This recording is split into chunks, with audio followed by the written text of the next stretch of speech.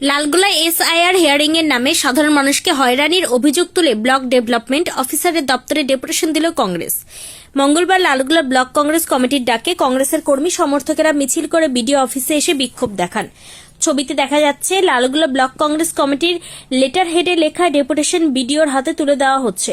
কংগ্রেসের দাবি, এসআইআর প্রক্রিয়ার নামে ভোটার তালিকা সংশোধনের সময় সাধারণ মানুষকে অহেতুক ডাকা হচ্ছে, প্রয়োজনীয় নথি থাকা সত্ত্বেও হয়রানি করা হচ্ছে। এতে আতঙ্কিত হচ্ছেন গ্রামবাসীরা। ডেপুটেশনে উল্লেখ করা হয়েছে, এসআইআর হিয়ারিং এর নামে অকারণে মানুষকে বারবার ডাকা বন্ধ করতে হবে। বিএলও ও সংশ্লিষ্ট আধিকারিকদের স্বচ্ছ ও মানবিক আচরণ নিশ্চিত করতে হবে। বৈধ ভোটারদের নাম ছাঁটাই বা বাতিল করা যাবে না। প্রত্যেক আবেদনকারীকে যথাযথ রিসিপ্ট ও তথ্য জানাতে হবে। কংগ্রেস নেতৃত্বের অভিযোগ, এই প্রক্রিয়ার আড়ালে ভোটার তালিকা থেকে প্রকৃত ভোটারদের নাম বাদ দেওয়ার চেষ্টা চলছে। অবিলম্বে এই হয়রানি বন্ধ না হলে আগামী দিনে আরও বৃহত্তর আন্দোলনের হুঁশিয়ারিও দেওয়া হয়েছে। অন্যদিকে ডেপুটেশন গ্রহণ করে বিডিও আশ্বাস দিয়েছেন, বিষয়টি খতিয়ে দেখা হবে এবং নিয়ম মেনেই কাজ করা হবে। আপনারা জানেন যে শুধু লালগোলা বা মুর্শিদাবাদ নয়, সারা বাংলা জুড়ে এই নির্বাচন কমিশনের তুগলুকি সিদ্ধান্ত, যা রাত দিন পরিবর্তন হচ্ছে, এর ফলে মানুষ হয়রানির শিকার হচ্ছে।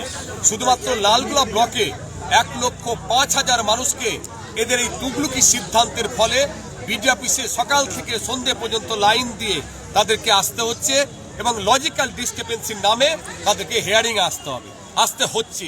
এরই বিরুদ্ধে আমরা আজকে 14 দফা দাবি নিয়ে আমরা লালগোলা বিডিওর নিকট এসেছিলাম যে এই সমস্ত বিষয়গুলো যদি আপনারা আরেকটু যত্ন সচেতন হতেন, সাইন্টিফিক ওয়েতে করতেন, তাহলে হয়তো আজকে এত মানুষকে হয়রান হতো না।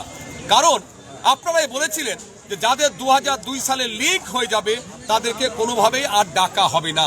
দুর্ভাগ্য, সেই আনম্যাপড মানুষগুলোকে যখন প্রথমে ডাকলেন, লালগোলা ব্লকের প্রত্যেকটা বুথে বুথে আমাদের বুথ লেভেল এজেন্ট BLA 2 আমরা রেখেছিলাম, তাদের সহযোগিতায় আমরা প্রথম পর্যায়ে তাদের সহযোগিতা করে সে বিষয়টা আমরা উতরে দিয়েছি। দুর্ভাগ্য, যাদের ম্যাপ 2002 সালে নাম লিঙ্কড আছে, বাবা মায়ের নামের সঙ্গে যুক্ত আছে, আজকে তাদেরকেও এখানে ডাকা হচ্ছে শুধুমাত্র লজিক্যাল ডিসক্রিপেন্সির নামে। তো তাদেরকে কেন ডাকা হচ্ছে, কেন আজকে এত ডকুমেন্টস থাকা সত্ত্বেও সে সমস্ত মানুষকে হয়রান করতে হচ্ছে, সেগুলো নিয়ে আমরা বলেছি যে আপনি যে ডকুমেন্টস নিচ্ছেন, সে ডকুমেন্টসের আপনি কেন রিসিপ্ট দিচ্ছেন না। উনি এগ্রি হয়েছেন যে যা ডকুমেন্টস দেবেন উনার তার রিসিপ্ট দিয়ে দেবেন। আমরা বলেছি যে আমরা আপনাকে দিচ্ছি ডকুমেন্টস, আমি অ্যাকসেপ্ট কি রিজেক্ট এটা জানার অধিকার আমার আছে। কারণ ECI এর নিয়ম অনুযায়ী আমি ব্লক লেভেলে রিজেক্ট হলে আমি SDO level, DM level, state level আমরা যেতে পারি। তা আমি যদি জানতেই না পারি, তাহলে 14ই ফেব্রুয়ারি ভোটার লিস্ট বেরিয়ে যাওয়ার পর আমাকে যদি জানতে হয় যে আমার নাম আছে কিনা, তখন আমার কিছু করার থাকবে না। তা ওনারা বলেছেন, কারণ শুধু এটা BDO সাহেব নয়, আমরা এর আগেও DM সাহেব, CO সাহেবের কাছে মুর্শিদাবাদ জেলা কংগ্রেসের পক্ষ থেকে আমরা এটা নিয়ে লড়াই করছি, আমরা গেছি।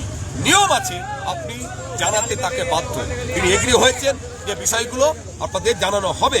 আমরা বলেছি যে 13টা দফা যে নির্বাচনের নথি আছে, এর বাইরে বহু নথি আছে যে মানুষের দৈনন্দিন জীবনে প্রয়োজন, সেগুলোকেও আপনাকে নিতে হবে, আপলোডের ব্যবস্থা করতে হবে। তারা বলেছেন যা আছে এভরিথিং, সে রেশন কার্ড হতে পারে, প্যান কার্ড হতে পারে, আধার কার্ড হতে পারে, স্কুল লিভিং সার্টিফিকেট হতে পারে, সমস্ত ডকুমেন্টস আমরা নেব এবং তার রিসিপ্ট দেবো। অতএব আমাদের সেই দাবিটা পূরণ হয়েছে। আমরা বলেছি বাবা মা দাদু দিদার বাইরেও অনেক নিকটাত্মীয় আছে, জেঠু কাকা, আমার দাদা, আমার বাবাও মারা গেছে, সে বাবারই সন্তান দাদা, তিনি 2002 সালে তার নাম আছে, তার সঙ্গে আমি লিঙ্ক করে সেটাকে আনম্যাপ কালে করছেন। ওনারা বলেছেন সিস্টেমের মধ্য দিয়ে, তবে এটা নিয়ে কোনো সমস্যা হবে না।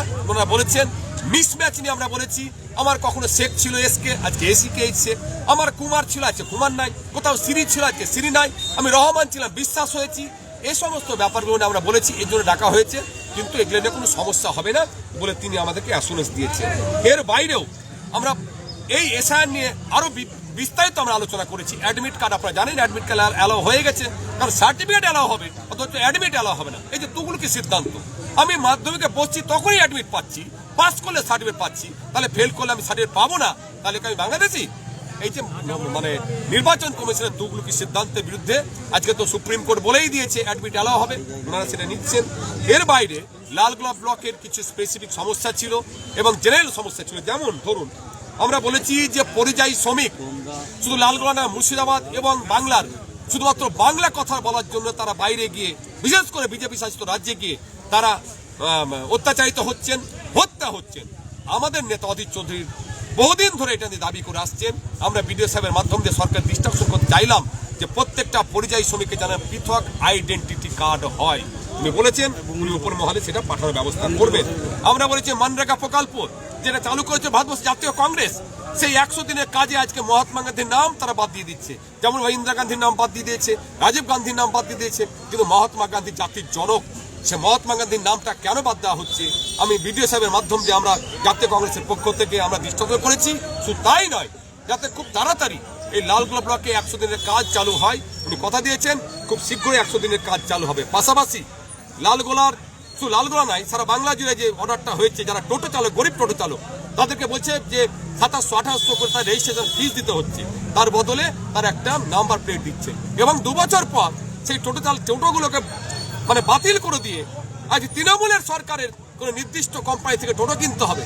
আমরা বলেছি এই ফরমান বাতিল করতে হবে। পাশাপাশি 14 নম্বরে আমাদের লাস্ট যেটা ছিল সবচেয়ে ইম্পর্টেন্ট, যে লালগোলা ব্লকে আজকে হাজার হাজার স্বয়ংবর গোষ্ঠী আছে, সমবায় সমিতি আছে, সংঘ উপসংঘ আছে, মহাসংঘ আছে, যাতে দীর্ঘদিন তাদের কোনো নির্বাচন হয় না।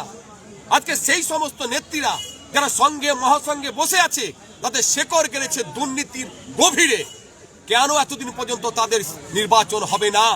এই দুর্নীতিবাজদের সরাতে হবে এবং নতুন করে যে যোগ্য তাকে ইলেকশনের মাধ্যমে সংঘে মহাসংঘের দায়িত্ব দিতে হবে। আরো 3-4টে সংঘের এখনো চার্জ হ্যান্ড ওভার হয়নি। আমরা বলেছি যে আপনি সরকারি প্রতিনিধি নিয়োগ করে, স্পেশাল অফিসার নিয়োগ করে সেই সমস্ত নেতৃত্বের সরান যারা গরিব মানুষের সেই সমস্ত মেয়েদের টাকাকে লুট করছে আজ লালগোলায়। আপনারা জানেন না এটা? লক্ষ লক্ষ টাকার আজকে দুর্নীতি লালগোলায় আমরা দেখেছি, আমাদের কাছে প্রমাণ আছে। যাতে অবিলম্বে লালগোলা ব্লকে সমস্ত সংঘ মহাসংঘের নির্বাচন হয় তার দাবি জানিয়েছি। উনি এই বিষয়ে যথেষ্ট সচেতন হবেন বলে আমাদের কথা দিয়েছে। এই ছিল আমাদের আজকে 14 দফার দাবি। 14 দফা দাবি কি আলোচনায় শেষ পর্যন্ত কি বললেন? সমস্ত আলোচনা উনি আমাদের মেনে নিয়েছেন এবং ন্যায্য দাবি। ওখানে শুধুমাত্র বিডিও সাহেব নয়, এআরও সাহেব ছিলেন, যিনি আমাদের 61-এর এআরও, এসআইআর সংক্রান্ত বিষয়ে সহমত পোষণ করেছেন। আমি যেটা বললাম যে রিসিভ দেওয়ার ক্ষেত্রে ওনারা মেনে নিয়েছেন, এইরকম বিভিন্ন ডকুমেন্টস নেওয়ার ক্ষেত্রে ওনারা মেনে নিয়েছেন। পাশাপাশি যেগুলো ওনাদের এখতিয়ারের বাইরে সেগুলো ওনারা ঊর্ধ্বতন কর্তৃপক্ষ, ডিএম সাহেব আছেন বা স্টেট নির্বাচন কমিশন আছেন, তাদের কাছে পাঠাবেন বলে আমাদের অ্যাসুরেন্স দিয়েছেন। পাশাপাশি উনার যেটা এখতিয়ার 100 দিনের কাজ চালু করা উনি চালু করবেন। যেমন গোষ্ঠী নির্বাচন ওনাকে বলা হয়েছে, উনি দেখবেন যাতে এগুলো হয়, যাতে দুর্নীতি বন্ধ হয় মেয়েদের, এই সমস্ত উনার এখতিয়ারভুক্ত যেগুলো সেগুলো উনি আমাদের রিসিভ কবে থেকে দেবেন কিছু বলেছেন? আজকে থেকেই রিসিভ কপি দেবেন, কথা হয়ে গেছে। আগামী কালকেও যারা আসবে তারাও রিসিভ কপি পাবে। জনসাধারণকে কি বার্তা দেবেন? জনসাধারণকে শুধু বলবো, আপনারা শান্ত থাকুন, আপনাদের ডকুমেন্ট যার যা আছে সেটা নিয়েই আপনার হিয়ারিং এ উপস্থিত হন। আমরা জানি যে আপনাদের এই হিয়ারিং একটা হয়রানি, কারণ যন্ত্রের হিয়ারিং, যন্ত্রের একটা যন্ত্রণা। তো তারা আসবেন, আপনার চিন্তার কোনো কারণ নাই, কিন্তু আপনারা সজাগ থাকবেন। কারণ আমরা এটা আশঙ্কা করছি, যেখানে বিজেপির ভোট নেই, বিজেপি মনে করছে যেখানে আমার এই ভোটার নয়, তাদের নামে 7 নম্বর ফর্ম ফিল আপ করে জমা দিচ্ছে তার নামটা কেটে দেওয়ার জন্য। যেখানে তৃণমূলের ভোট নাই, যেখানে তৃণমূলের বাইরে কংগ্রেসীদের ভোট আছে বা অন্য রাজনৈতিক দলের ভোট আছে, তৃণমূলীরা সেই সমস্ত আধিকারিকদের, তাদেরই সরকারের আধিকারিক, তাদেরকে 7 নম্বর ফর্ম ফিল আপ করে তাদের নাম কেটে দেওয়ার চেষ্টা করবে। তাই আতঙ্কিত হওয়ার কিছু নেই, কিন্তু সজাগ থাকতে হবে। আমাদের দলের পক্ষ থেকে প্রত্যেকটা বুথে বুথে BLA 2 আছে, আমরাও লক্ষ্য রাখবো যাতে কোনো মানুষের নাম, বৈধ ভোটারের নাম একটিও ভোটার লিস্ট থেকে বাদ না যায়। আপনার নাম? আমি যদুরাম ঘোষ, লালগোলা ব্লক কংগ্রেসের সভাপতি।